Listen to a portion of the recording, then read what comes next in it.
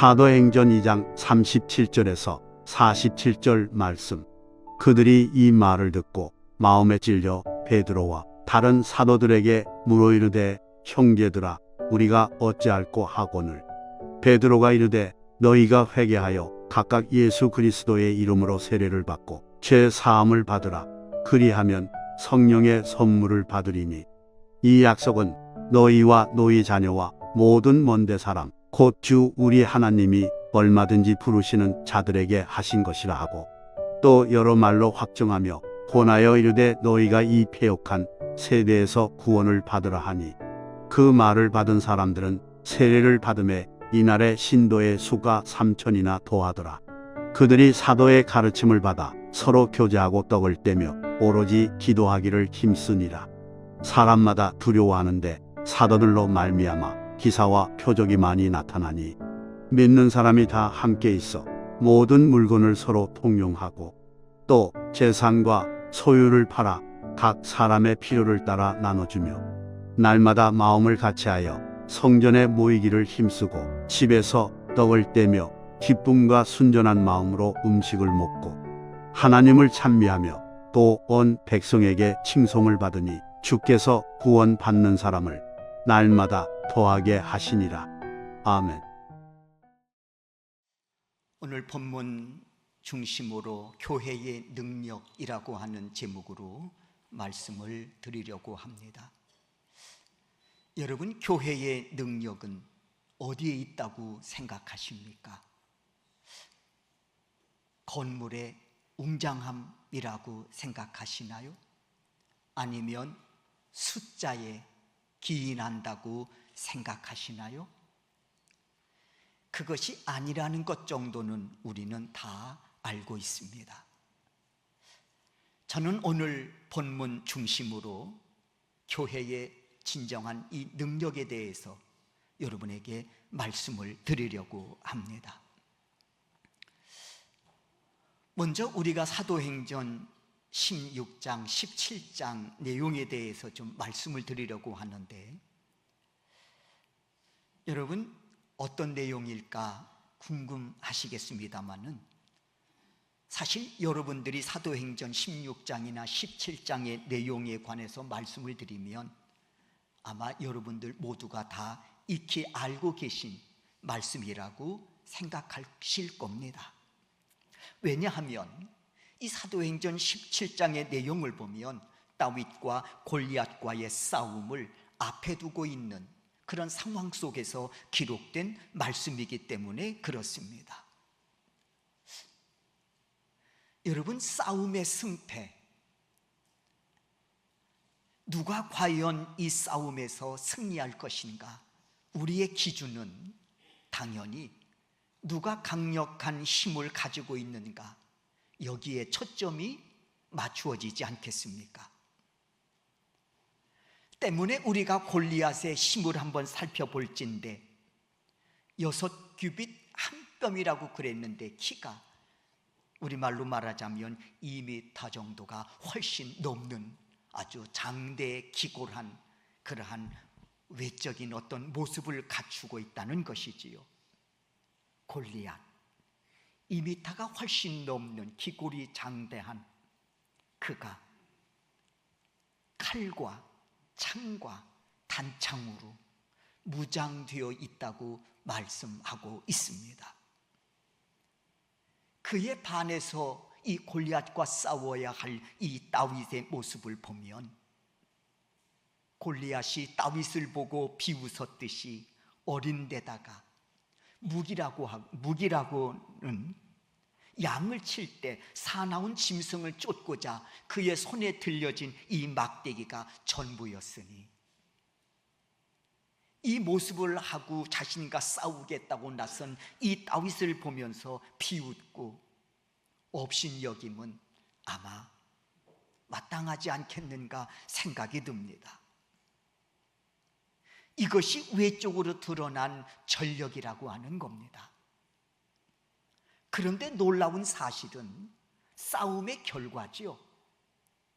외적으로 어떤 전력이 드러났느냐, 물론 이것도 어떤 승패를 좌우하는 기준이 될 수 있습니다만은, 그러나 정말 중요한 것은 싸움의 결과 아닙니까? 우리는 이 싸움의 결과에 대해서 모두가 알고 있습니다. 예수를 믿는 사람이든 예수를 믿지 않는 사람이든 이 싸움의 결과에 대해서 모두가 알고 있지요. 골리앗은 패했고 다윗은 승리했다는 사실입니다. 그렇다면 이 다윗의 승리의 비결은 뭐냐? 육신의 힘이냐? 그가 지닌 무기였느냐? 아니죠. 우리는 다윗이 지닌 육신의 힘을, 그리고 그가 지닌 그런 무기, 이것이 그를 승리로 이끌었다고 생각하는 분은 아마 아무도 없을 것입니다. 그렇다면 다윗이 승리한 비결은 뭘까? 그가 믿음의 사람이니 말씀에서 찾아보는 것이 당연하겠지요. 사무엘상 16장 13절에 보면 그가 어떻게 승리했는지 우리는 그 답을 얻을 수 있습니다. 사무엘상 16장 13절, 우리가 말씀을 함께 읽겠습니다. 읽습니다. 사무엘이 기름을 뿔병을 가져다가 그의 형제 중에서 그에게 부었더니 이날 이후로 다윗이 하나님의 여호와의 영에게 크게 감동되니라. 사무엘이 떠나서 라마로 가니라. 그래서 여기에 다윗의 승리의 비결이 있습니다. 여호와의 영이 크게 임함으로. 다시 말하면 하나님의 능력이 그와 함께 하셨기 때문이라는 겁니다. 이것이 다윗에게 있어 승리의 비결이라고 말씀드릴 수 있습니다. 골리앗이 육신의 힘과 그리고 자신이 지니고 있었던 무기, 칼과 창과 단창을 의지하고 나왔다면, 어린 다윗은 성령 충만함으로 하나님이 공급하시는 능력을 무기 삼아 싸우고자 나온 것이지요. 이제 싸움의 결과입니다. 다윗이 승리했습니다. 얼마나 이 승리가 멋진 승리였고 위대한 승리였는지 예수를 믿는 사람은 물론이거니와 예수를 믿지 않는 사람들조차 익히 알고 있는 승리입니다. 그러므로 오늘도 하나님의 영에 감동되어 그분이 공급하시는 능력으로 사는 성도는 어떤 상황 속에서도 당황하거나 절망하거나 두려워하지 않습니다. 왜냐하면 하나님이 공급하시는 능력으로 살아가기 때문에 그렇습니다. 그리고 하나님은 이런 다윗과 같은 하나님의 영에 충만하여 하나님이 공급하시는 능력으로 사는 이 사람들을 부르셔서 하나님의 몸된 성전을 세워 가시기를 기뻐하신다고 하는 겁니다. 한마디로 말하면 교회는 세상의 힘으로 세워가는 게 아니라는 거예요. 성령 충만한 사람들이 하나님이 공급하시는 그 능력으로 세워가는 곳이 하나님의 성전이라고 하는 겁니다. 때문에 교회는 영적인 집단으로 성령 충만함을 힘입어 하나님의 능력으로 마치 골리앗과 같은 거대한 세상에 맞서 싸워 승리해야 할 사명 또한 교회에 주어진 사명입니다. 물론 교회와 성도는 거대한 골리앗 앞에 어린 다윗과 같은 모습처럼 보일 수 있습니다. 그러나 분명한 사실은 교회와 성도는 하나님의 영으로 무장된 신령한 공동체라고 하는 겁니다. 이런 의미로 초대교회는 한마디로 힘이 있는 교회였습니다. 하나님의 능력이 역사하는 교회였습니다.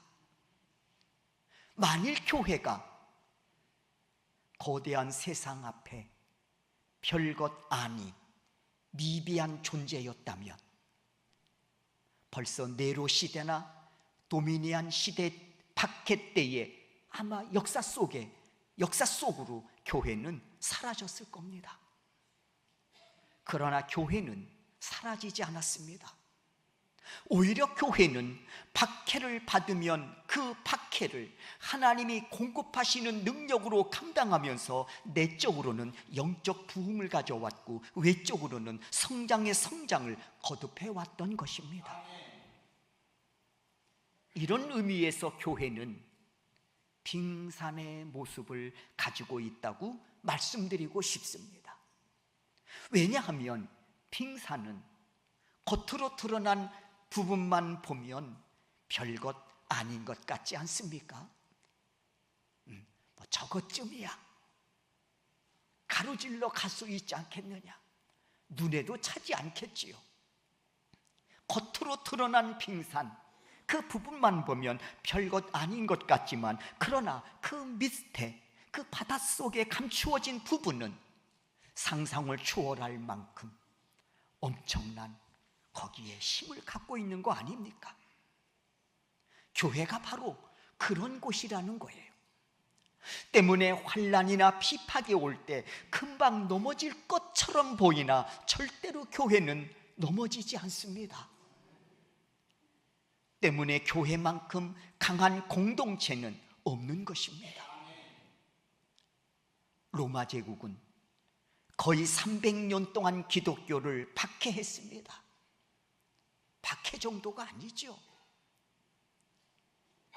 아주 말살하려고 했습니다. 기독교인들, 교회를. 어떤 비박과 박해를 감당해야 했는지 우리는 역사 속에서 우리는 충분히 보아왔습니다. 며칠 굶긴 사나운 짐승을 로마 원형 경기장에다가 풀어놓고 거기에 기독교인들을 잡아 넣는 거예요. 사나운 짐승들이 기독교인들을 잡아먹으면서 군중들은 박수를 쳤고 기독교인들은 믿음을 지켰습니다. 살아있는 기독교인들을 잡아다가 머리부터 발끝까지 콜타로로 묻혀가지고 화형식을 거행했습니다. 그리고 어두워진 거리에 횃불로 썼단 말입니다. 그 속에서 기독교인들은 신앙을 지켰고 교회라고 하는 거룩한 공동체를 지켜갔습니다. 300년 동안 이렇게 기독교인들을, 교회를 박해했습니다.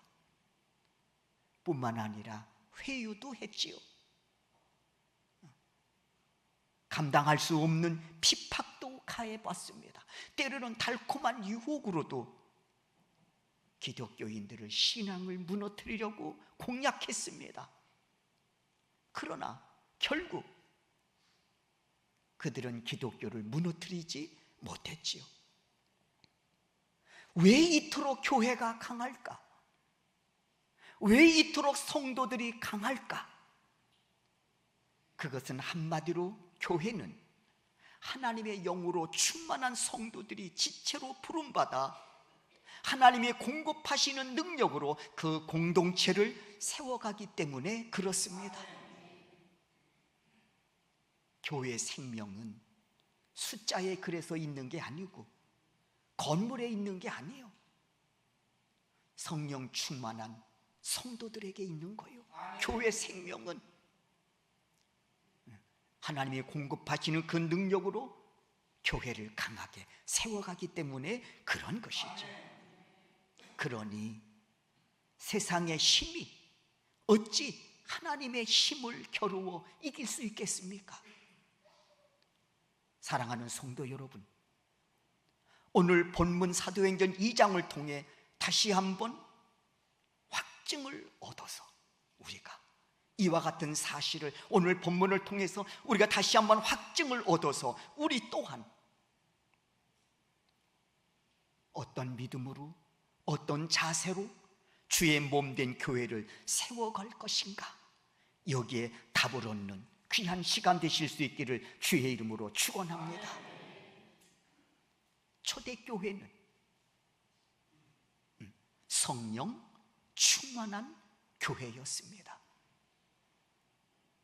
여러분, 교회가 성령 충만한 교회라고 하는 이 의미는 뭘까요? 그것은 초대교회를 세우기 위해서 부름받은 지체, 즉 성도들이 성령 충만함으로 덧입힘을 받았다고 하는 이야기입니다. 교회가 성령 충만하다. 건물이 성령 충만합니까? 아니죠.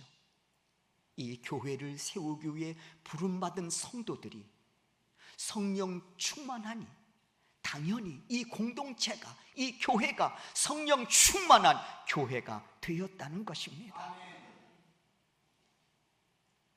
교회가 성령 충만하냐, 그렇지 못하냐, 이를 진단하려 함에 있어 첫 번째 주시해야 될 사람은 내 자신입니다. 내 자신이요.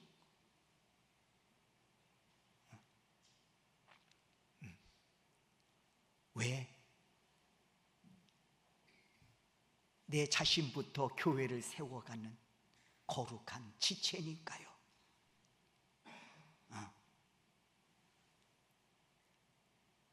사도행전 37장과 2장 37절 38절의 말씀을 보면 사도들이 전하는 말씀을 무리들이 들을 때 마음에 찔렸다고 했습니다. 사도들이 이 박해와 비박 중에도 복음을 전한 것이죠. 전할 때 듣는 자들이 있지 않겠습니까? 마음에 찔렸다고 했습니다. 왜요? 말씀 앞에 자신들의 죄가 드러났기 때문이지요. 이들의 반응입니다.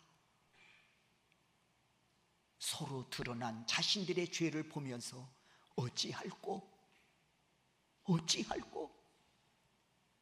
그리고 이들이 사도를 찾아옵니다. 당신들이 전하는 말씀을 듣고 복음을 듣고 하나님의 말씀을 듣고 우리 마음에 이렇게 찔림으로 인하여 우리가 힘들다, 고통스럽다, 어떻게 하면 좋겠느냐. 그랬더니 죄를 회개하여 사함을 받고 성령을 선물로 받으라. 답을 제시합니다. 그래, 말씀을 듣고 죄로 인하여 마음에 찔림이 왔습니까? 그러면 회개하십시오.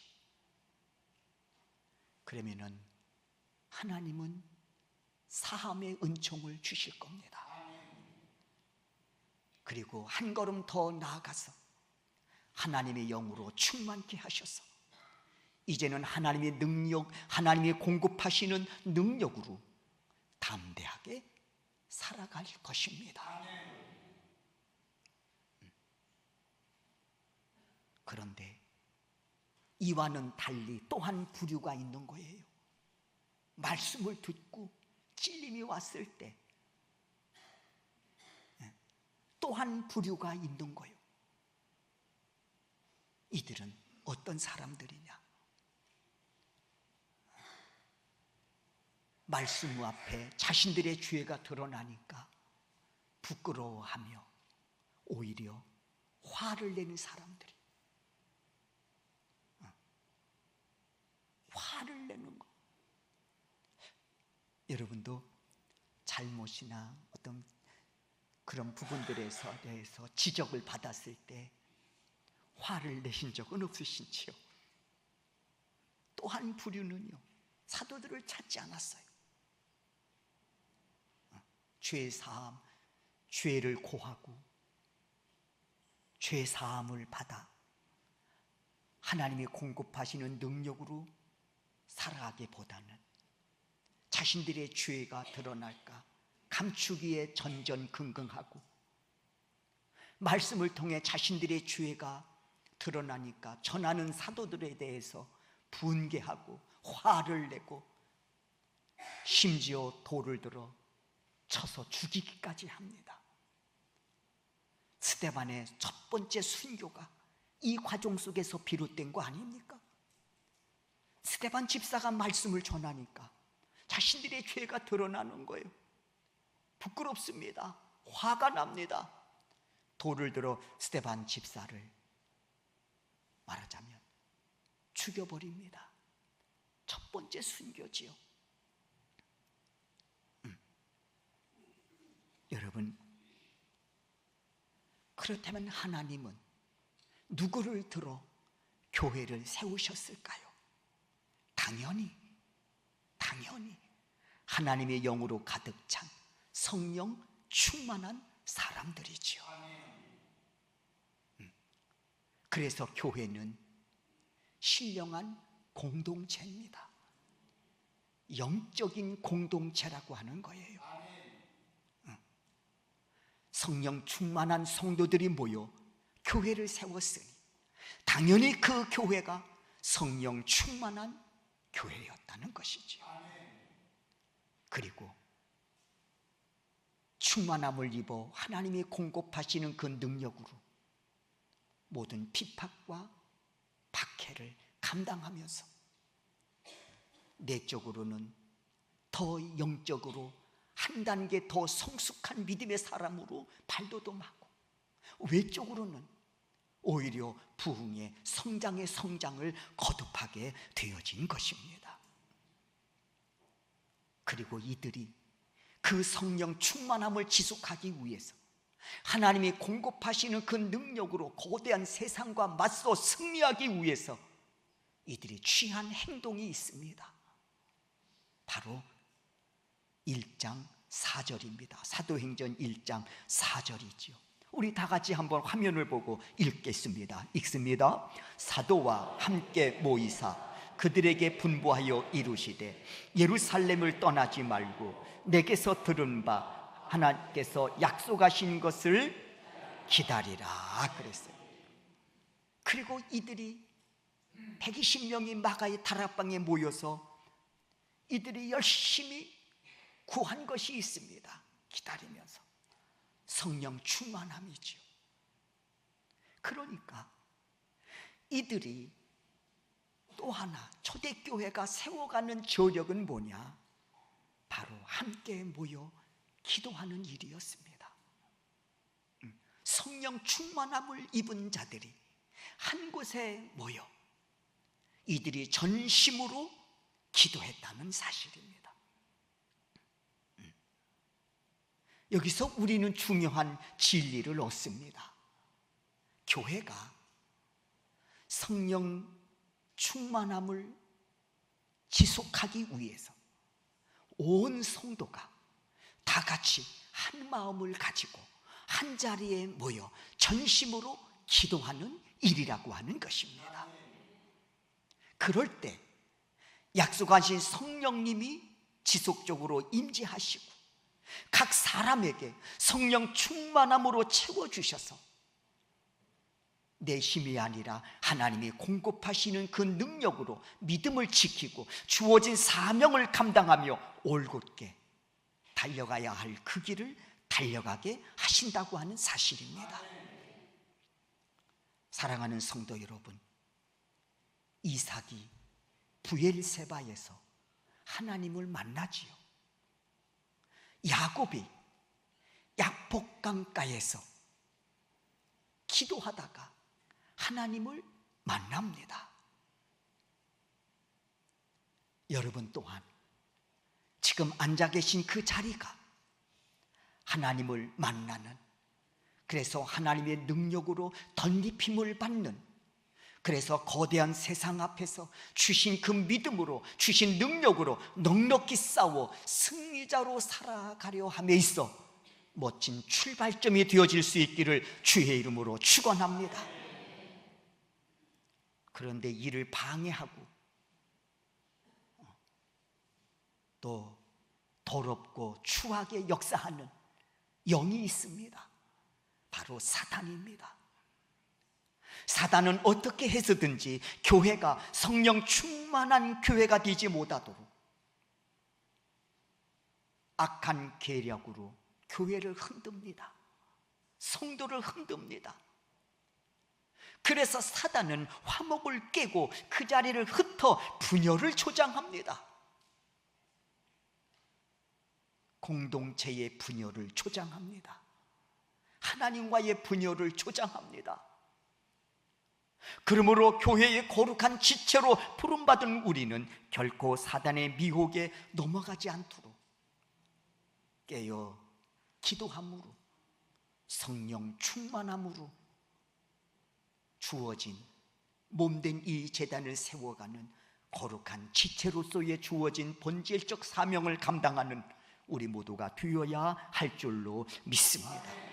이를 위해서 거룩한 지체로 부름받은 성도들은요, 자신들의 영적 생활에 늘 점검이 필요합니다.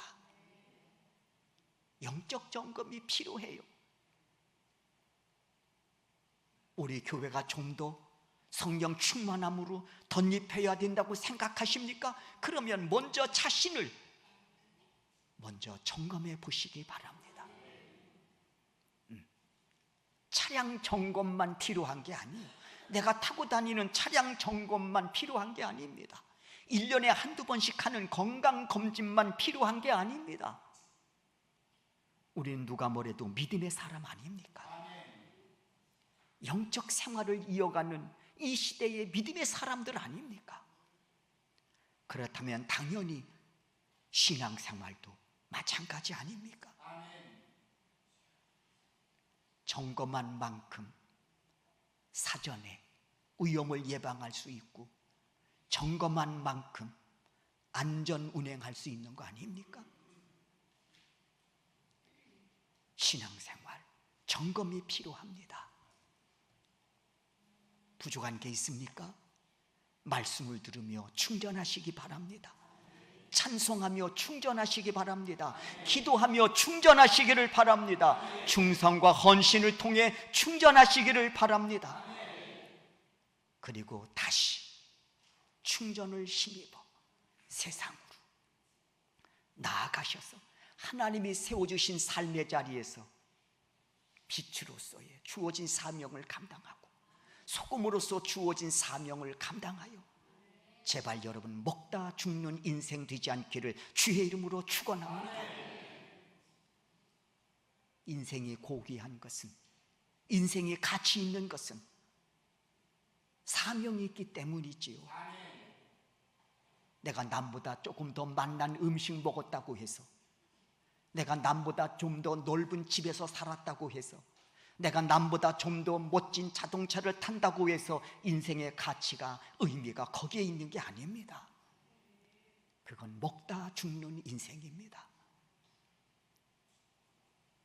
사명을 찾을 때 내 건강이 더 소중한 것이고, 사명을 찾을 때 내게 주신 물질이 더 소중한 것이고, 사명을 찾을 때 내 건강이 더 소중한 겁니다.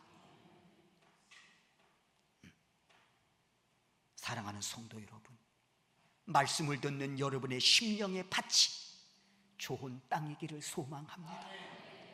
찬양하는 여러분의 입술이 여러분의 영혼 깊은 곳에서 흘러나오는 찬양으로 고백되어지기를 소망합니다. 여러분의 간구가 하나님의 보좌에 연락되는 향기가 되기를 소망합니다. 여러분의 충성과 헌신이 그날의 영원한 상급으로 이어질 수 있기를 주의 이름으로 소망합니다. 사랑하는 성도 여러분, 깨닫기 원합니다.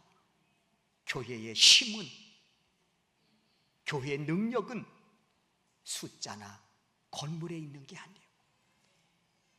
성도의 힘은, 성도의 능력은 내 신앙의 연조나 직분에 있는 게 아닙니다. 성령 충만함을 힘입어 하나님의 능력으로 무장될 때 거기서 교회의 힘이 나오는 것이고, 성도의 힘이, 삶의 동력이 거기에서 나오는 줄로 믿습니다. 사랑하는 성도 여러분, 소명교회 거룩한 지체로 부름받아 소명교회를 섬기어 세워가는 여러분, 주께서 약속하신 성령 충만함을 받아 그 능력으로 소명교회를 섬기며 세워가는 이 시대에 성령 충만한 사람, 기도자의 사람 되어질 수 있기를 주의 이름으로 축원합니다.